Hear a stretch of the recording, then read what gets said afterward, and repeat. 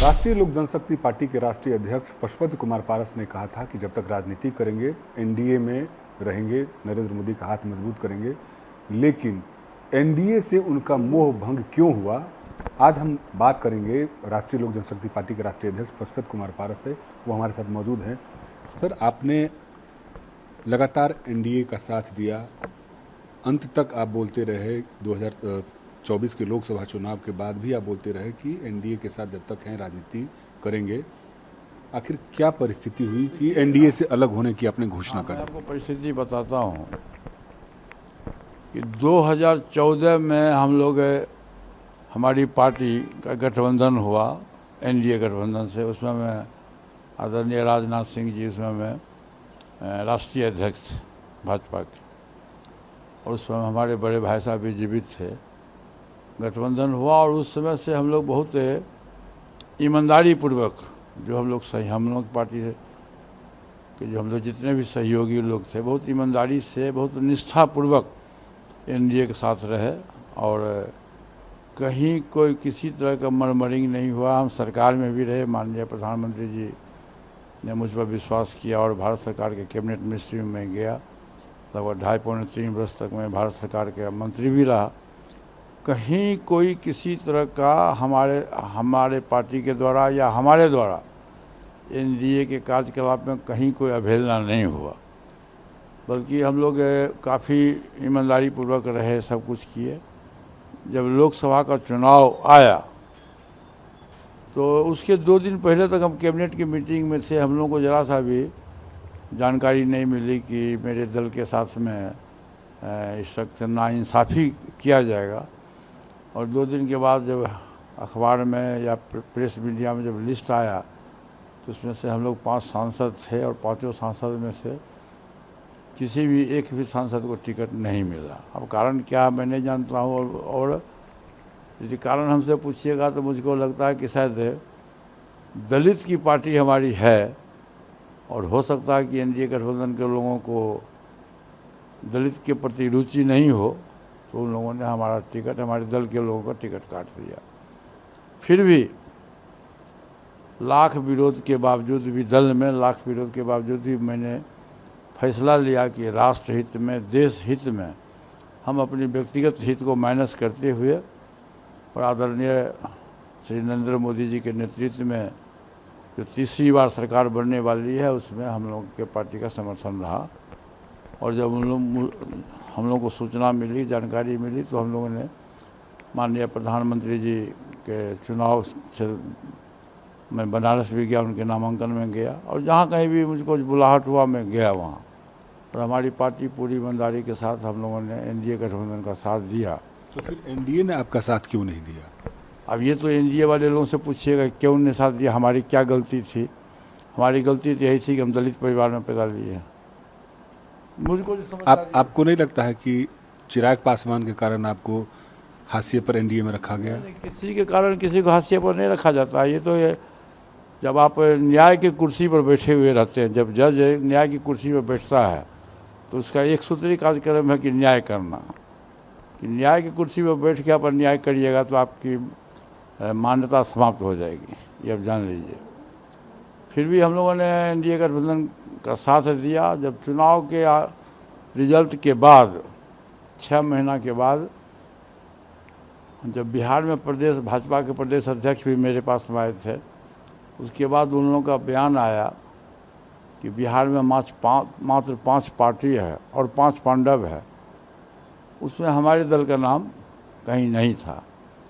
ये हमारी मजबूरी हुई, चूँकि हम लोग की पार्टी चलाते हैं, पार्टी में बहुत तरह के लोग हैं, तो हमारी मजबूरी हुई। और अंत में मैंने चुना कि 14 अप्रैल बाबा साहब भीमराव अम्बेडकर की जयंती है। उस दिन हम लोग, चूँकि हम लोग दलित परिवार से आते हैं और बाबा साहब को हम अपना आदर्श मानते हैं, ईश्वर मानते हैं, तो हम लोगों ने उस दिन 14 अप्रैल को 2014 में गठबंधन में हम साथ गए थे और 14 अप्रैल को हम लोगों ने एनडीए गठबंधन से अपना नाता तोड़ लिया। लेकिन चिराग पासवान आपकी जगह पर चले गए, आपको हाशिए पर मजबूर कर दिया गया कि आप एनडीए छोड़ दें। तो कहीं ना कहीं चिराग पासवान की भूमिका आपके राजनीतिक जीवन को समाप्त करने में अहम भूमिका रही है कि ताकि आपका पॉलिटिकल करियर को नुकसान पहुंचाया जा सके। किसी के कहने से किसी का राजनीतिक कैरियर समाप्त नहीं होता। जिस समय चिराग पासवान जी का जन्म नहीं था, मैं उस समय से विधायक हूँ, ये आप जान लीजिए। मैं 77 बैच के विधायक हूँ। 48 वर्ष पूर्व मैं बिहार विधानसभा का सदस्य हुआ था। 7 बार एक ही विधानसभा क्षेत्र से मैं चुनाव जीता। बिहार सरकार में 4 बार मैं मंत्री रहा। 8वीं बार मैं विधान परिषद का सदस्य हुआ और 9वीं बार मैं लोकसभा का सदस्य हुआ।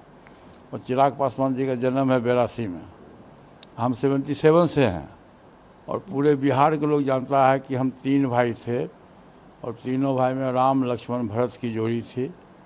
पासवान जी आज सेकेंड अम्बेडकर माने गए देश के पैमाने पर, तो उसमें कहीं न कहीं मेरा योगदान था। मैं संगठन करता रहा हूँ शुरू से और आज भी मैं संगठन करता हूँ। इतनी विपरीत परिस्थिति के बाद भी आप देखेंगे तो हमारे दल में जितना लोग हमारे साथ में थे, अभी 38 जिला बिहार में है, 38 जिला में 36 जिला के अध्यक्ष मेरे साथ, उतना ही दलित सेना के मेरे अध्यक्ष मेरे साथ में। और अभी हम 22 जिला हम लोग गए थे घूमने के लिए। पार्टी का नारा हुआ कि चलो गांव की ओर, हम लोग गांव की ओर गए और 22 जिला हम लोगों ने भ्रमण किया और सभी जिला में अपार भीड़ मिली। और लोगों की एक ही इच्छा है कि लोग चाहता है बिहार में बदलाव। मेरा एक सवाल होगा कि एनडीए से अलग होने की घोषणा कर दी, लालू प्रसाद यादव से भी आपकी मुलाकात हुई मकर संक्रांति के अवसर पर, उसके बाद भी आपके यहाँ भी आए थे वो। आखिर पशुपति कुमार पारस किधर जाएंगे, ये सवाल उठता है, क्योंकि ना आप एनडीए में हैं और महागठबंधन में आपको लेकर के अभी तक कोई चर्चा भी नहीं हुई है। देखिए, पूरे देश में और ख़ास के बिहार में 2 धुरी है। पूरे देश में ही 2 धुरी है। एक एनडीए गठबंधन है जिनका एनडीए के लोगों को सभी दल से गठबंधन है, और एक महागठबंधन है, इंडिया गठबंधन है। उसमें सभी दल के लोग, लाइक माइंडेड लोग उसमें हैं। तो जब एनडीए गठबंधन से हमने नाता तोड़ दिया तो अब तो इंडिया गठबंधन बचता है। और जब चूड़ा दही का भोज था यहाँ, तो 15 जनवरी को जब मैंने निमंत्रण दिया था सभी दल के लोगों को, तो सिर्फ हमारे यहाँ आदरणीय लालू प्रसाद यादव जी आए और हमारे मान और सम्मान को उन्होंने बढ़ाया और उस दिन से गठबंधन की शुरुआत हुई। और ऐसे भी आप जान लीजिए कि पुराना रिश्ता मेरा उस परिवार से रहा है। 1990 में जब माननीय 1990 में जब सरकार बनी थी बिहार में, तो उसमें मैं भी बिहार सरकार में मंत्रिमंडल में मैं आया था। 8 वर्ष तक मैं बिहार सरकार का मंत्री भी रहा। और फिर इस बीच में हमारे तेजस्वी यादव जी से मुलाकात हुई और लोगों से मुलाकात हुई। फिर मैं अभी दिल्ली गया था, जब बीमार थे मैं जाकर दिल्ली में ही मुलाकात किया। तो जब एनडीए गठबंधन से मेरा नाता टूट गया तो अब बचता इंडिया गठबंधन। तो अभी हम लोगों का ये फैसला कि हम लोग अभी अपने पार्टी को थोड़ा और मजबूत कर लें और फिर जब गठबंधन की बात होगी तो निश्चित रूप से जहां मान सम्मान मिलेगा हम उस गठबंधन के साथ जाएंगे। बिहार में विधानसभा का चुनाव इसी साल होना है, सारी राजनीतिक दल तैयारी शुरू कर दी है। आप भी पूरे गांव की ओर चलो के तहत 22 जिलों का दौरा कर चुके हैं। कितनी मजबूत स्थिति में है, क्योंकि कोई भी गठबंधन यदि लेता है किसी को अपने साथ तो देखता है कि उसकी पार्टी कितनी मजबूत है। तो संगठन को लेकर के क्या सोच रहे हैं और इंडिया गठबंधन में आपके नाम की घोषणा कब हो सकती है? देखिए, हमारे साथ में हमारी पार्टी 2000 ईस्वी में हमारी पार्टी बनी थी और ख़ास करके जो दलित समाज के लोग हैं, दलित हैं, पिछड़ी जाति के लोग हैं, अति पिछड़ी जाति के लोग हैं और अक़लियत के हमारे साथी हैं। और हमारा एक विंग से दलित सेना, जो एक सामाजिक संगठन है, तो वो पूरे देश में हम लोग दलित सेना की ओर से चलाते हैं। तो निश्चित रूप से जो बिहार में जो दलित वोट है वो निश्चित रूप से हम दावे के साथ कह सकते हैं कि 80% दलित वोट जो है हमारे साथ में है। क्योंकि लोकसभा का चुनाव हम लड़े नहीं, तो इसलिए लोगों को आइडिया नहीं मिला कि लोकसभा का चुनाव हम लड़े नहीं। अब हम जब चुनाव लड़ेंगे तो बिहार की जनता, देखिए बिहार की जनता बहुत पॉलिटिकली जागरूक है। और मैंने आपसे कहा कि पूरे बिहार में जहाँ जहाँ भी हम लोग घूमे हैं तो एक ही नारा है, बदलाव। एक व्यक्ति की सरकार है 20 वर्ष से बिहार में और एक पार्टी की सरकार है, फिर भी बिहार में किसी तरह का कोई बड़ा कल कारखाना नहीं लगा, शिक्षा की व्यवस्था आप देखिए, इतना चौपट है कि आप यदि अपने बच्चे को आप एडमिशन कराने जाइएगा तो आप सरकारी स्कूल में नहीं कराइएगा, प्राइवेट स्कूल में कराइएगा। तो ये सरकारी स्कूल में व्यवस्था नहीं है। जो टीचर सरकारी स्कूल में बहाल हुआ उसको खुद पढ़ने लिखने नहीं आता है, तो विद्यार्थी क्या पढ़ाएगा?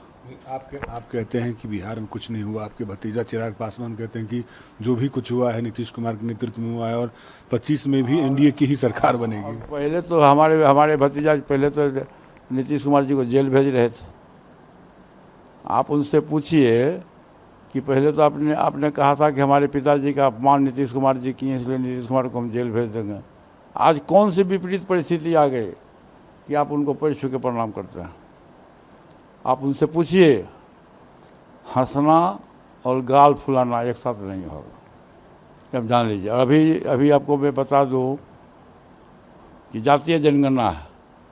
जातीय जनगणना 1996 में देश के जितने भी समाजवादी लोग थे उसमें हमारे बड़े भाई साहब थे, आदरणीय लालू प्रसाद यादव जी थे, स्वर्गीय मुलायम सिंह यादव जी थे, बहुत पुराने लोग थे।